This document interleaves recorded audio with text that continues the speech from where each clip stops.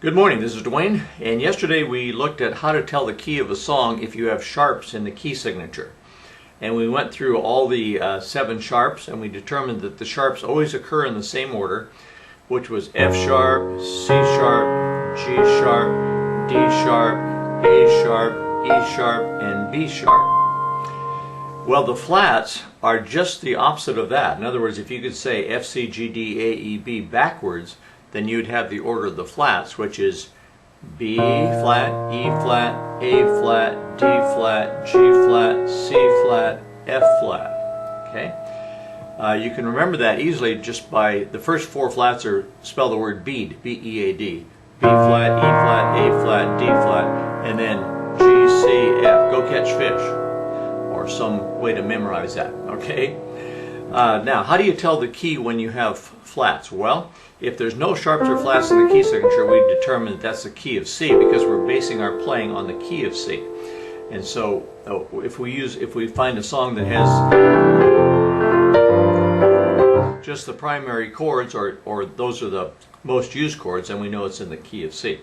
And then we walked through the sharp keys yesterday, G, D, and so on.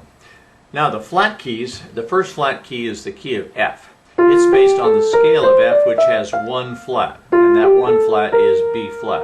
Okay, so if I'm basing my playing in this key of F,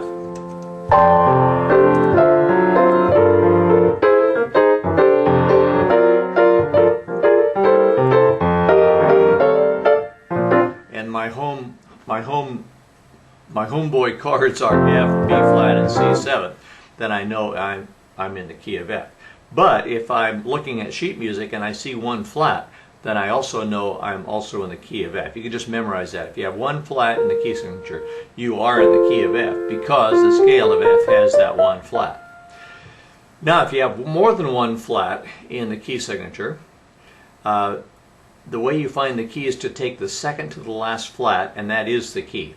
In other words, if you have 2 flats, they're always going to be B flat and E flat. E flat's the last flat to the right in the key signature, so what's the second to the last flat? B flat. So that means you're in the key of B flat. Okay? So the scale of B flat goes like that. It's got those 2 flats, B flat and E flat in it. So if I'm playing in the key of B flat, I'm basing my playing on the scale of B flat.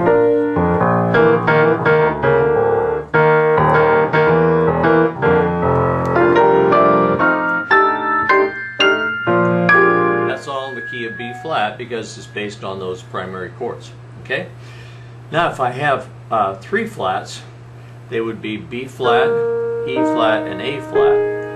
And our formula to find the key when we have flats is what? You take the second to the last flat. So the last flat is A flat, so the second to last flat is E flat. So we're in the scale of E flat, the key of E flat. Key of E flat goes like that. Let me push down all the notes so you can just visualize it. That's a good idea, by the way, before you play in any key, to push down the notes of the scale just to get yourself reviewed or familiar with the notes of that particular key.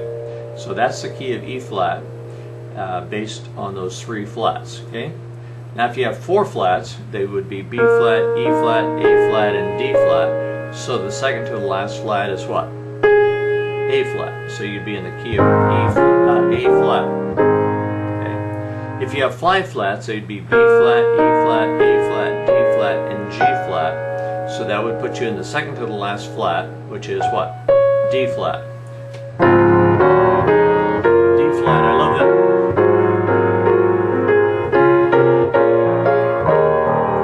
It's such a, I don't know, rich key. I love the key of D flat. Anyway, that's 5 flats.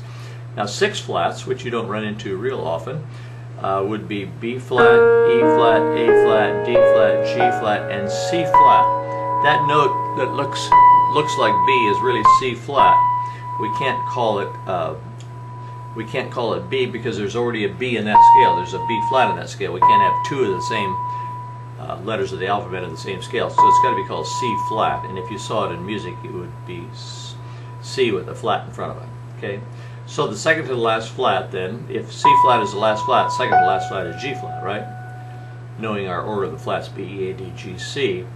And so if you have 7 flats in, B flat, E flat, A flat, D flat, G flat, C flat, and F flat. So if you, the second to last flat there is C flat, so you'd be in the key of C flat, which is a key that's virtually never used, but hypothetically you should know about it. So that's how you find the key when you have flat keys. I mean, when you have flats in the key signature. You locate the second flat from the last, and that is the name of the key.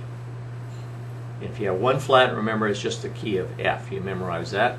And if you have no sharps or flats, then of course you're in the key of C. So we've been through the 7 sharps, we've been through the 7 flats, and that's it for keys. Now next time we'll take up the relative minor keys. Every major key has a relative minor, a kissing cousin.